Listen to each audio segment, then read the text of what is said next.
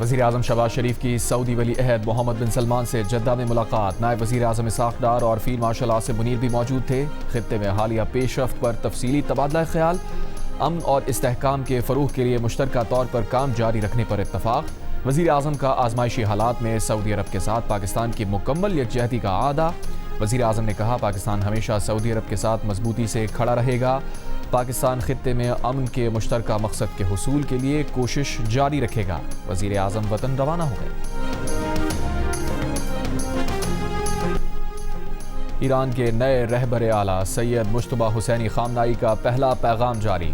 शोहदा के खून का बदला लेने का ऐलान कर दिया। सरकारी टीवी पर नशर होने वाले पैगाम में कहा, आबनाए हुर्मुज़ बंद रहेगी। मशरिक़ वस्ता में तमाम अमरीकी फ़ौजी अड्डे बंद करने का मुतालबा करते हुए कहा, इन अड्डों पर हमले जारी रहेंगे। हम दुश्मन के असासों को तबाह कर देंगे। दुश्मन से अपने नुकसान का हर्जाना वसूल करेंगे। अपने शोहदा खुसूसन मिनाब स्कूल के शोहदा का बदला लिए बगैर नहीं रहेंगे। आयतुल्लाह मुश्तबा खामनाई ने कहा, हम दुश्मन के फ़ौजी अड्डों पर हमला करने पर मजबूर हैं क्योंकि इन फ़ौजी अड्डों से ईरान के ख़िलाफ़ जारिहत की गई। इसके बावजूद हम अपने पड़ोसी ममालिक से अच्छे ताल्लुकात चाहते हैं। जिन्होंने हमारे बच्चों को निशाना बनाया उनको कीमत चुकाना होगी। हम शोहदा के खून के बदले के हक़ से दस्तबरदार नहीं होंगे।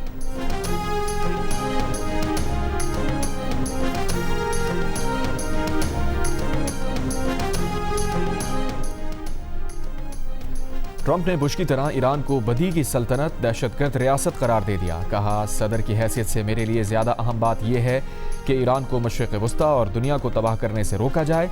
ईरान जंग में सबसे अच्छा है कि रिपोर्ट भी बोले, अमरीकी फ़ौज बेमिसाल है। इसराइली वज़ीर आज़म नेतन्याहू ने कहा कि ईरान में हुकूमत की तब्दीली के लिए हालात पैदा कर सकते हैं, मगर हुकूमत तब्दीली के लिए ईरान के अवाम पर मुनहसिर है कि वो सड़कों पर निकलें। बोले, ईरान के नए सुप्रीम लीडर और हिज़्बुल्लाह के नए रहनुमा की ज़िंदगी की ज़मानत नहीं दी जा सकती।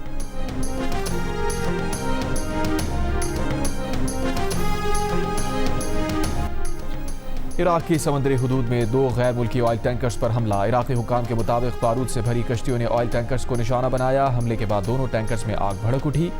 हमले का भारतीय रुकन हलाक। 50 अफराद को बहिफाजत निकाल लिया गया। आबनाए हुर्मुज़ के करीब कंटेनर बरदार बहरी जहाज़ पर भी हमले की इत्तला। इराक के शहर इरबिल के फौजी एयरपोर्ट पर भी ड्रोन हमला। कुवैत इंटरनेशनल एयरपोर्ट को मुतादिद ड्रोन से निशाना बनाया गया। दुबई में भी अकामती इमारत पर ड्रोन का मलबा गिरा। अमरीकी बैंक का मुत्तहदा अरब अमारात में तमाम शाखें बंद करने का ऐलान। ईरानी हुकाम के मुताबिक इसराइल में भी 2 इसराइली फ़ज़ाई अड्डों पर भी ड्रोन से हमला किया गया।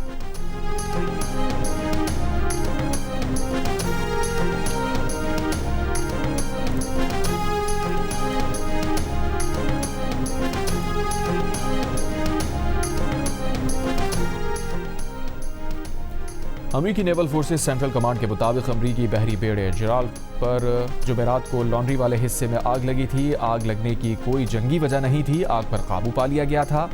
आग लगने से 2 अमरीकी सेलर्स जख्मी हुए हैं। जख्म जानलेवा नहीं है। अमरीकी बहरी बेड़ा बुहेरा अहमर में मुकम्मल तौर पर फाल है।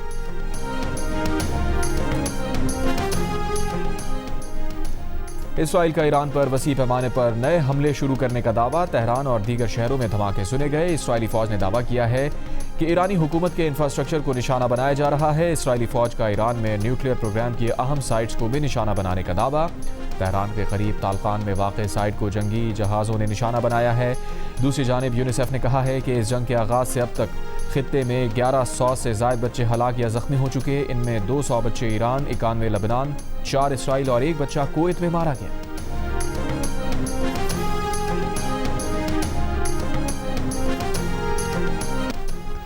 लबनान पर भी इसराइली हमलों की नई लहर। रात से अब तक हमलों में 8 अफराद जाँ बहक। 2 मार्च से जारी हमलों में हलाकतों की कुल तादाद 687 हो गई, जिनमें 90 से ज़ायद बच्चे शामिल हैं। इसराइल का कहना है कि हिज़्बुल्लाह और ईरान ने इसराइल के खिलाफ पहला मरबूत और मुश्तरका हमला किया। ईरान ने इसराइल पर मुश्तरका हमले की तस्दीक की है। इसराइली मीडिया के मुताबिक इसराइल पर 150 रॉकेट फायर किए गए। हिज़्बुल्लाह का कहना है कि इसराइल के दारुल हुकूमत तल अबीब के नवाह में मिलिट्री इंटेलिजेंस हेडक्वार्टर्स को निशाना बनाया।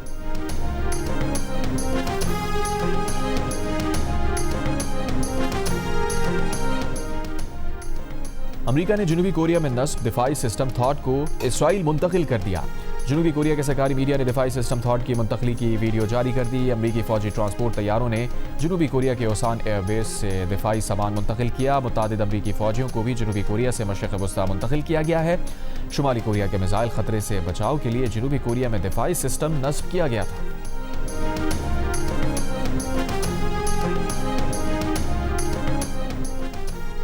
ईरानी कौमी सलामती काउंसिल के सेक्रेटरी अली लारीजानी ने खबरदार किया है कि अगर अमरीका ने ईरान की बिजली तंसीबात को निशाना बनाया तो पूरा खित्ता अंधेरे में डूब जाएगा।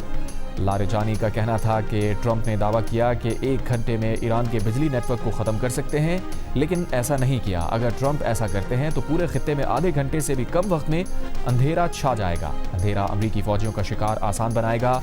खातमुल अंबिया हेडक्वार्टर्स के तर्जुमान इब्राहिम जुल्फ़िकारी का बयान, तवानाई तंसीबात पर हमला हुआ तो खित्ते की तेल और गैस तंसीबात को आग लगा देंगे।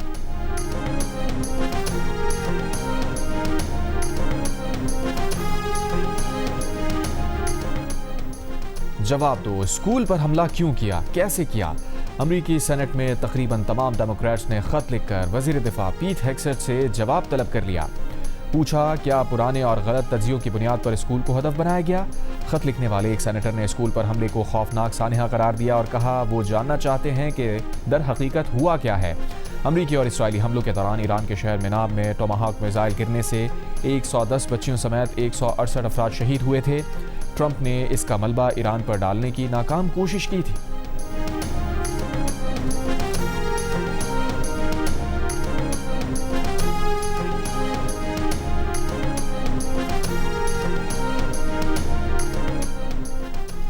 बानी पीटीआई को फौरी निजी अस्पताल मुंतकिल करने की दरख्वास्त इस्लामाबाद हाई कोर्ट ने मुस्तरद कर दी। चीफ कमिश्नर को मेडिकल बोर्ड तश्कील देने का हुक्म। अदालत ने करार दिया कि बानी पीटीआई को अस्पताल मुंतकिल करना है या नहीं, फैसला मेडिकल बोर्ड करेगा। डॉक्टर आरिफ और डॉक्टर नदीम कुरैशी को भी शामिल करने की हिदायत। हाई कोर्ट ने जेल कवानीन के मुताबिक फैमिली को आगाह करने का हुक्म दिया। तहरीरी फैसले में अदालत ने लिखा, जेल कवानीन के तहत सजा याफ्ता कैदी को खुसूसी इलाज के लिए जेल से बाहर मुंतकिल करना हुकूमत का इख्तियार है। अदालत इंतजामिया के इख्तियारात में मुदाखलत नहीं करेगी। जेल हुक्काम की रिपोर्ट में बानी पीटीआई की सेहत में बेहतरी बताई गई है।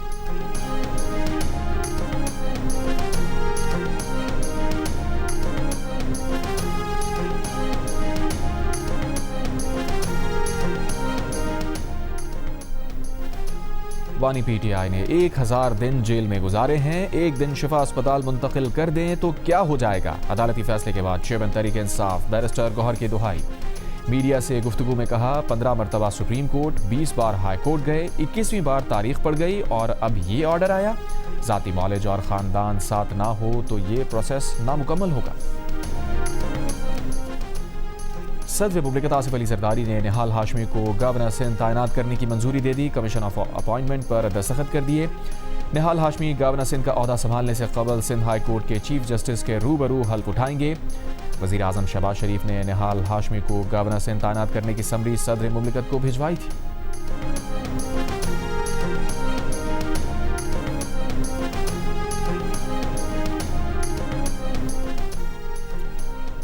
गवर्नर सिंध का इमरान खान रिसोरी का नामजद गवर्नर निहाल हाशमी को टेलीफोन मुबारकबाद दी। कहा, जितने नए इक़दामात हैं उन सबको जारी रखने के लिए साथ दूंगा। गवर्नर सिंध का इमरान खान रिसोरी का वज़ीर आला सिंध मुराद अली शाह को भी टेलीफोन। कहा, 4.25 साल एक अच्छा ताल्लुक़ रहा, साथ काम किया। गवर्नर सिंध का इमरान खान रिसोरी ने सदर जरदारी, वज़ीर आज़म शहबाज शरीफ और फील्ड मार्शल आसिम मुनीर का शुक्रिया अदा किया।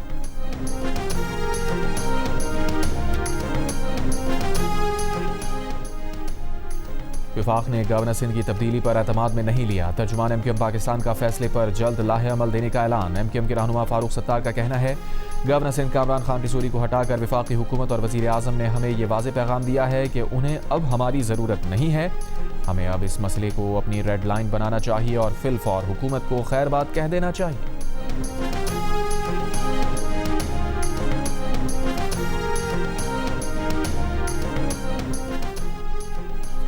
बिलावल भुट्टो जरदारी की निहाल हाशमी को सिंध का गवर्नर बनने पर मुबारकबाद। कहा, उम्मीद है निहाल हाशमी विफाक और सूबे में हम आहंगी के लिए मौसर किरदार अदा करेंगे।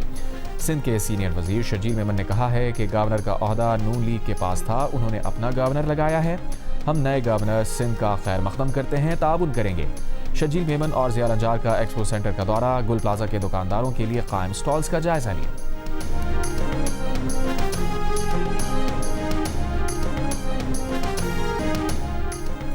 इसराइल का ईरान पर वसी पैमाने पर नए हमले शुरू करने का दावा। तेहरान और दीगर शहरों में धमाके सुने गए। इसराइली फौज ने दावा किया है कि ईरानी हुकूमत के इंफ्रास्ट्रक्चर को निशाना बनाया जा रहा है। इसराइली फौज का ईरान में न्यूक्लियर प्रोग्राम की अहम साइट्स को भी निशाना बनाने का दावा। अमेरिका ने जनूबी कोरिया में नस्ब दिफाई सिस्टम थॉट को इसराइल मुंतकिल कर दिया।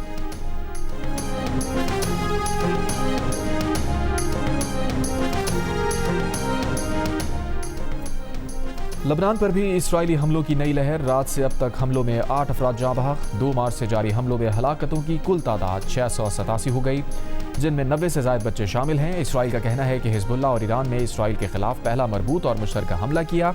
ईरान ने इसराइल पर मुश्तरका हमले की तस्दीक की है। इसराइली मीडिया के मुताबिक इसराइल पर 150 रॉकेट फायर किए गए। हिजबुल्लाह का कहना है कि इसराइल के दारुल हुकूमत तल अवीव के नवाह में मिलिट्री इंटेलिजेंस हेडक्वार्टर को निशाना बनाया।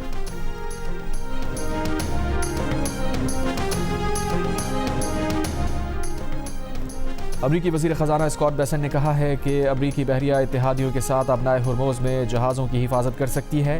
जब मुमकिन हुआ अमरीकी बहरिया जहाज़ों को अपनाए हुर्मुज़ से गुजारेगी।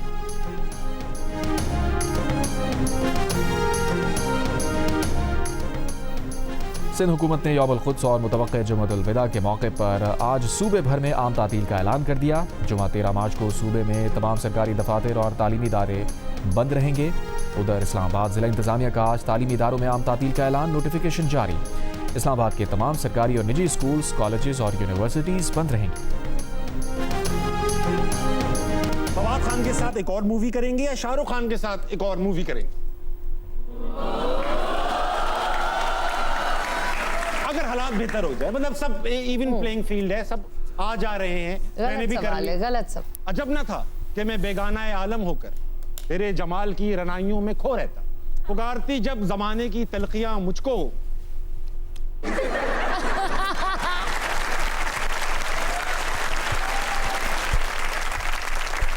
साहिर लुधियानी से लोधी तक का सफर जो तुमने तय किया है ना, ये डाल देना, मेरा काट देना, ठीक है? फवाद खान और शाहरुख खान में से माहिरा खान किसके साथ फिल्म करना चाहेंगी? ताबिश हाशमी के सवाल ने अदाकारा को कैसे उलझा दिया? और फहद मुस्तफ़ा ने माहिरा खान के साथ किस तरह ताबिश हाशमी को इम्तिहान में डाला? देखिए हंसना मना है स्पेशल, जुमे और हफ्ते की रात 11 बजे सिर्फ जियो न्यूज़ पर। और छोटी ईद की सबसे बड़ी फिल्म भुल्ला का पावरफुल ट्रेलर रिलीज कर दिया गया। जियो शान की इस फिल्म का मीडिया पार्टनर है। फिल्म के राइटर नासिर अदीब हैं, जिन्होंने blockbuster film legend of Maula Jatt भी लिखी थी।